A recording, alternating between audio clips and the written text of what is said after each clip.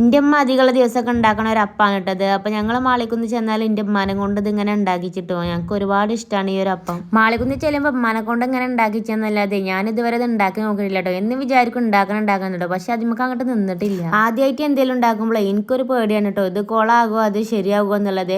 ചിലപ്പോൾ എൻ്റെ പേടി പോലെ തന്നെ ആകുമോ കോളായിട്ടുണ്ടാവും. മാളിക്കുന്നിക്ക് പോയിട്ടാണേ കുറേ ദിവസം ആയിട്ടുണ്ട്. അപ്പം എനിക്കാണെങ്കിൽ ഈ ഒരു അപ്പത്തിന് പൂതിയാകാനും തുടങ്ങിയിട്ടുണ്ട്.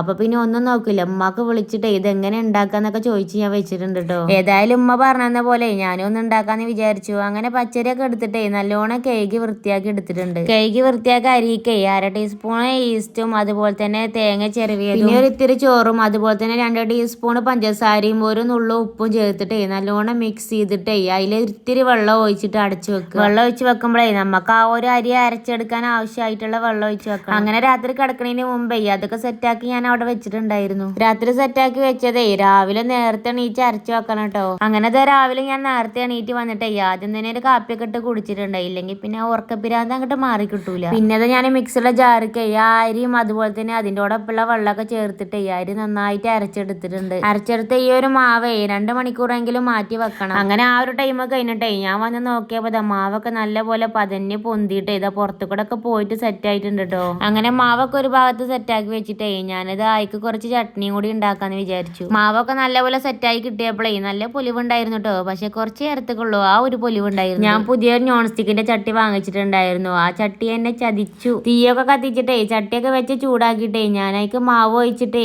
ചട്ടിയിൽ ഇങ്ങനെ ചുറ്റിച്ചെടുത്തതാണ്. പക്ഷെ എവിടെ എത്തിയേ ചട്ടിയുടെ ഒരു ഭാഗത്തും മാവ് തന്നെ നിൽക്കണില്ല കേട്ടോ. എല്ലാ മാവും പാട് കൂടിയിട്ടേ ചട്ടിയുടെ നടുക്കൊക്കെ ഇങ്ങോട്ട് വന്നിട്ട് കൂടിയായിരുന്നു. ഏതായാലും 1-2 പറഞ്ഞാൽ ശരിയാവുമെന്ന് വിചാരിച്ചിട്ടേ ഞാനൊരു 3-4 അപ്പം കയ്യിൽ പാർന്ന് നോക്കിട്ടോ. പക്ഷെ പാറിനൊക്കെ അതേപോലെ തന്നെ. പിന്നെ ഞാൻ ഏതായാലും ദോശയുടെ പാനിൽ പറഞ്ഞിട്ടാണ് പിന്നെ അപ്പൊക്കെ ചുട്ടിട്ടുണ്ടായിരുന്നത്. അപ്പോൾ എത്ര ഉള്ളൂ. അടുത്തൊരു വീഡിയോ ആയിട്ട് വീണ്ടും വരാം.